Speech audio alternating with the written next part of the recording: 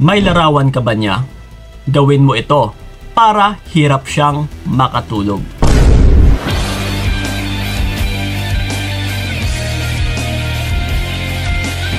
Yes, ito mga utol.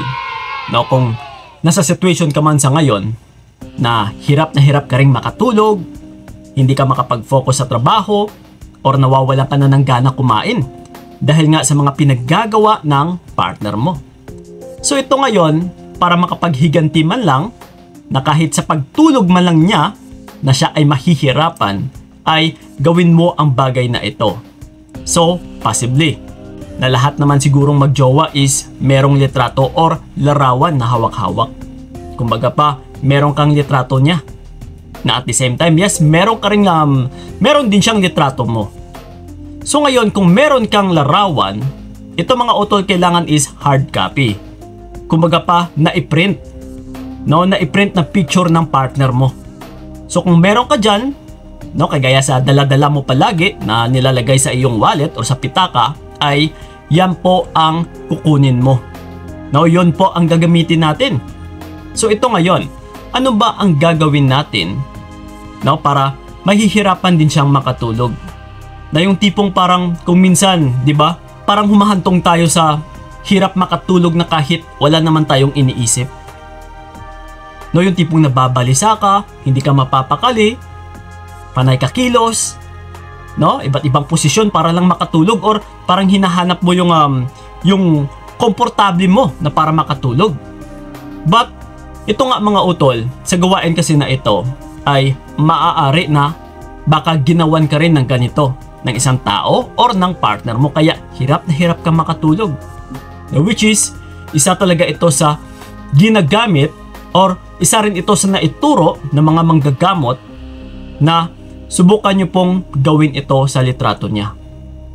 No, para hirap din siya makatulog. Ito, walang iba kundi hawak-hawakan mo yung litrato niya bago ka matulog.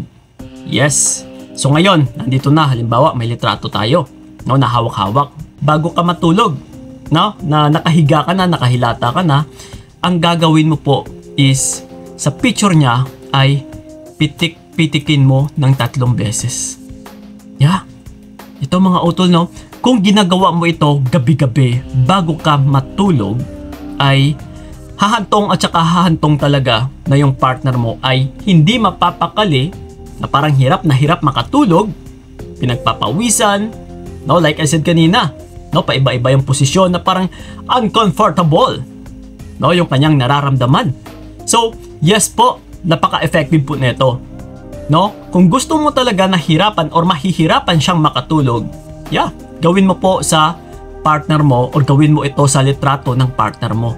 Pitik-pitikin mo lang utol na parang pumipitikan yung kanyang alam mo na, no, yung kumakalimbang dyan sa ilalim niya. So yun po ang gagawin mo. Pitik-pitikin mo lang kahit saan man dyan, kahit sa parte ng ulo, katawan, or paa, basta pitik-pitikin mo lang yung litrato niya. And please, no, ito take note lang, siguraduhin na yung litrato na ito is siya lang yung nag-iisa dyan. Hindi yung may kasama, baka ikaw din yung katabi, kasi maaari utol na baka mag-bounce back ito sa'yo, na isa ka rin sa tatalaban, na baka na at the same time siya ay hirap na hirap makatulog, pero ikaw ay ganun din, hirap na hirap ka makatulog, kasi nga sa picture na hinahawak-hawakan mo ay dalawa pala kayo. Oh no! So kung pwede lang, no, kung meron mga, or kung wala ka na talagang litrato or larawan ng partner mo na nag-iisa and then dalawa kayo, subukan mo na lang nagupitin and then hawakan mo yung picture niya or yung larawan niya and then pitik-pitikin mo na. 3 beses lang po utol, huwag pa sobrahan. So and then sa mga magtatanong man dyan, Kuya Kiko, gaano po katagal ito tatalab?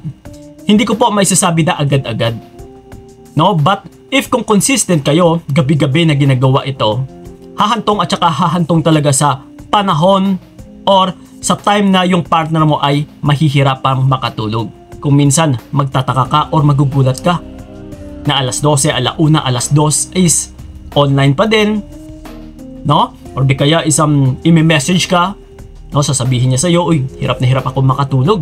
Parang something na parang napaka-uncomfortable yung pakikiramdam ko or yung pakiramdam ko. Yeah. So ganun po ang mangyayari utol. Subukan nyo lang po kasi marami na pong nakakagawa nito. And yes, meron nga nag-feedback sa akin na yun din ang isa sa mga sinabi niya na, Kuya Kiko, I don't know kung alam mo rin, no? Na ito nga yung sabi niya na baka alam mo rin yung about sa pagpitik-pitik sa larawan. Which is, yes, of course, kasi marami talaga tayong sinubukan dati. And yes, hindi ko po ito isisiwalat kung hindi ko pa nasubukan or hindi man lang tested and proven, no, na hindi man lang tumalab. So pero try nyo po mga utol, kahit sa mga matatanda, kahit itanong nyo man ito, kasi old school na rin yung pamamaraan na ito. So kahit itatanong nyo man ito sa mga lolo at lola ninyo, no, or mga magulang ninyo, basta pagdating kasi sa larawan is marami din talagang pamamaraan na parang ginagamit kasi ito ng manggagamot eh. So parang may daloy talaga ng koneksyon, no, na parang may something talaga. Hindi rin natin alam kung bakit na about sa larawan mo, kasi syempre mukha mo yun nandyan or mukha ng tao na yon. So maaari meron talagang koneksyon. So try nyo po kung gusto nyo talagang mahihirapang makatulog yung mga partner ninyo. Okay? So yun lang po mga utol, sa may mga katanungan man dyan, you can leave a comment na dyan sa ilalim and then sasagutin namin yan lalong-lalo na sa aming YouTube channel. And then sa mga nais ako makausap one-on-one, PM nyo po kami sa aming FB page na Payong Kaibigan ni Kiko. Yes, magsiset po tayo ng appointment para sa inyo. So yun lang po, maraming salamat. So ingat kayo. God bless and babush! Binigay ko lahat para wala kang masabi, kaya nga hindi ko alam.